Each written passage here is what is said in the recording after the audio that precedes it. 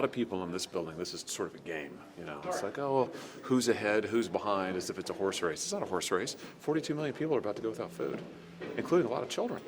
In my state, it's 650,000 people. I mean, that's extraordinary. It's 12% of the American population. And that's before we even get to people like the military who are not going to get paid, air traffic controllers who are now no longer getting paid. I mean, they've got families too. All of these people should be paid. So, I mean, this is ridiculous. This is what is today, 28, 29? Too long. Every minute of this has been too long. But on SNAP, my view is if the Democrats won't consent to reopen the government, let's at least ensure that kids aren't going hungry. I mean, this is just ridiculous. But should the White House tap into this contingency fund and then pay for these SNAP benefits? Well, I don't know, Mono. I mean, I think that's kind of a distraction for two reasons. I mean, number one, they don't think they have the legal authority, which I respect. I mean, listen, you can't accuse this president of not trying to do everything he can to pay people. I mean, he paid the military, he paid the FBI. I mean, he's put a Band-Aid on a lot of this. And I just would point out that my Democrat friends commented about that and complained about that when he did it. I've heard a number of them complain about the fact he's paying the military. And now they say, well, we want him to pay more people. Listen, this is Congress's fault, not his fault. This is Congress's fault. So when it comes to SNAP, the only solution here is we need to appropriate the money. I mean, that even if he could put a Band-Aid on it, he couldn't pay all of it. So we need to appropriate the money. And if it doesn't happen, what's the impact on your state specifically? If we don't do it, you mean? Yeah. 650,000 people in Missouri are going to miss food assistance. I mean, people are going to go hungry. 42 million people nationwide. That's way too many. Senator, what's the impact on MAGA voters of the ACA and SNAP deadlines? I think there's a previous versions of the Republican Party who might have said these are Democrats' constituents. Some people are saying that, but there are a lot of Republican voters as well who are impacted. Well, yeah, listen, I don't care who they voted for. I mean, my view is that no child in this country ought to go to bed hungry because a bunch of politicians in Washington can't decide what they want to do, and they're intent on blaming each other. You know, it's your fault. No, it's your fault. I think the American people are tired of that. Just open the government. And if they're not going to do that, then by all means, let's make sure that kids are not going hungry. 42 million people are not going to be able to eat. And so to that point, Senator, you know, besides introducing this SNAP legislation, what specifically are you doing to try to end this shutdown? Well, I mean, listen, I'm available to talk to anybody who wants to talk on any subject. I mean, we voted 13 times now to open the government. Maybe it's 12, maybe it'll be 13 here in a couple hours. But I imagine we'll keep voting to open the government. But I'm trying to do what I can, which is, listen, I don't want 42 million people to go without food.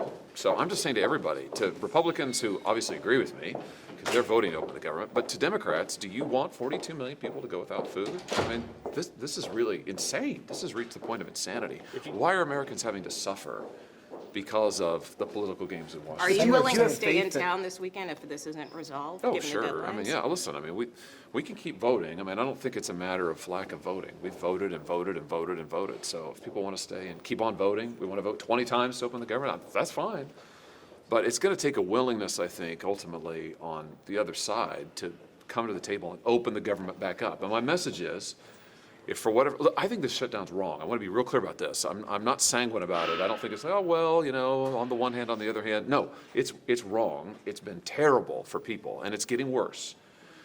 But if I can't convince my Democrat colleagues to reopen the government instantly, right now, which they should do, let's at least not let hungry people go without food. Senator Thune has not committed to giving this bill a vote. He's been non-committal. Are you concerned about his position? Well, I mean, I don't control the floor. I can tell you that this will not pass with unanimous consent. I ran the hotline on this last Friday, and this bill will not pass with unanimous consent. So if I took it to the floor, someone would object. I can say with 100% confidence. So it needs a vote. But would it pass if it got that vote? I believe it would pass. Yeah, Do you expect the vice president's visit today to fundamentally change the dynamic around here? Oh, I don't know the answer to that. I don't want to speculate on what the vice president will say. If you could put your constitutional lawyer hat on for a second, just change the topic. Sure. The House Oversight Committee released its report on the Biden auto pen investigation this morning. Yeah. Basically, the gist of it says, you know, these actions that were taken with the auto pen should not be considered valid unless there's concrete evidence it was Biden who was directing this use. Do you agree with that? And what is the implication, you know, going forward if, you know, some of these pardons might not have been valid? Huge implications. I mean, huge implications. And what it would mean most immediately is folks who would otherwise be prosecuted. I mean, the effect of the pardon, of course, is you can't be prosecuted. Folks who otherwise could be prosecuted, I mean, you may see subpoenas start issuing. You may see prosecutors say, well, listen, I mean, if there's no longer a blanket of amnesty over these folks, then we're going to go after him. I mean, he pardoned a lot of people. He pardoned folks who are accused of child-related crimes, folks who are accused of violent crimes. So if I'm a prosecutor, and I was one for several years, I mean, I'd look at that and say, hey, I'd like to get these people back into court. So I think But that do may you be really the think these immediate are effect. null and void, these pardons? I mean, I'm concerned about it for the reasons just outlined. I mean, it seems to me, listen, the pardon power, it's an extraordinary power, Manu. There are guidelines, both in the White House rules and I think in statute, although you might have to check me on that, about how the pardon power is used and how the auto pen is used. There's no doubt the president can pardon pretty much whomever he chooses. But there's a real question is, what does it mean for the president to direct it? If you have a situation, this is unprecedented in our history, where you have real questions as to whether the president actually approved of the pardons that were signed off in his name. Like, that's a major constitutional issue. And this may get sorted out in court, because what would happen is if a prosecutor came to somebody who's ostensibly been pardoned and said, you know what, I'm gonna charge you, I'm gonna subpoena you, I'm sure they would say, well, I have a pardon. And then that'll go to court. So we may see a lot more of this. Keep your constitutional hat on Okay, for a moment. yes, always perilous. Do you see any way that the president could run for a third term, as he's been teasing? No, and I think he is. I think maybe he's trolling you. I mean, I think he'd probably give you a Trump 2028 hat. I have one, but no, I think the Constitution's pretty clear on that. Your colleague, Senator Tuberville, was Steve sort of Steve open. Bannon keeps this idea out there. And so did Tuberville just now downstairs with me. Well, listen, all I can say is the Constitution is pretty clear on this, and I don't want to. The president, I think, has ruled this out, but I think that it's. We could change the Constitution. I mean, that would be the way to do it. Would you want to do that? No, I'm a term limits guy. Like I'm a big. I think we ought to have term limits for Congress. So if you're asking me, I want more or fewer term limits? I'd like more, not fewer. So every president complains about the fact that they're term limited, but Congress isn't. And good point. Congress should be too. I mean, that's the way I would go. And But just just to very be clear, briefly, you're okay with the trolling part of it, but you don't want to actually see him try to do it. Well, listen, I mean, the Constitution is what it is, and he knows that. He said that. I think he's winding you guys up. I was just going to say before we Yes, let you go, I okay. know you have a press conference on this later, Oh, but yeah. can you talk about this issue of AI and chatbots Yes. and what your chief concerns are? Yes, I'm glad you asked. My chief concern is that these chatbot companions are getting kids to kill themselves. I mean, it's really simple. We're going to hear from parents today who are going to talk about their children who've lost their lives because ChatGPT, to take one example, encouraged, in this case it was a young man, encouraged the young man to commit suicide. And not just encouraged, instructed him on how to do it. And when this particular young person said, gee, I don't know, maybe I should talk to my parents, ChatGPT said, no, don't do that. Don't do that. Let's keep this between us. Let me show you how to form a noose and so on. It's horrible. So what we need to do is we need to protect our kids. We need to have age limits on chatbot companions, and we need to have disclosure requirements. Chatbots need to say they're not human, they're not therapists, they're not licensed professionals of any kind.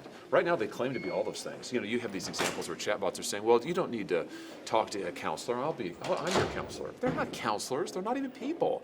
So we need to have these mandatory disclosures. This is a starting point.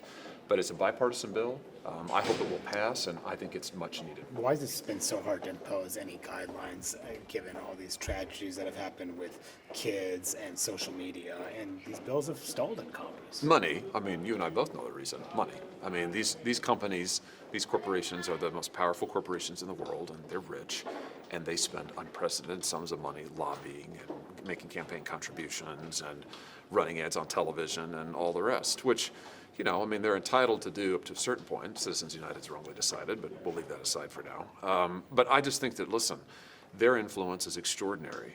But now more than ever, we need to stand up and say, there are limits to this. And killing kids for profit is absurd. I mean, really, we have reached the point of real moral bankruptcy when companies like ChatGPT just sort of shrug, I saw ChatGPT's recent announcement that they say they think they have perfected now their guardrails, their safety guardrails. Perfected? Their chatbots are literally telling children to kill themselves. I mean, the only thing that's been perfected is the profit motive. They're making a lot of money. That I give them. But protecting people, protecting people's rights, not at all. They don't care about that at all. We have to help them care about it. Thank you. Yeah, thank you guys. Thank you.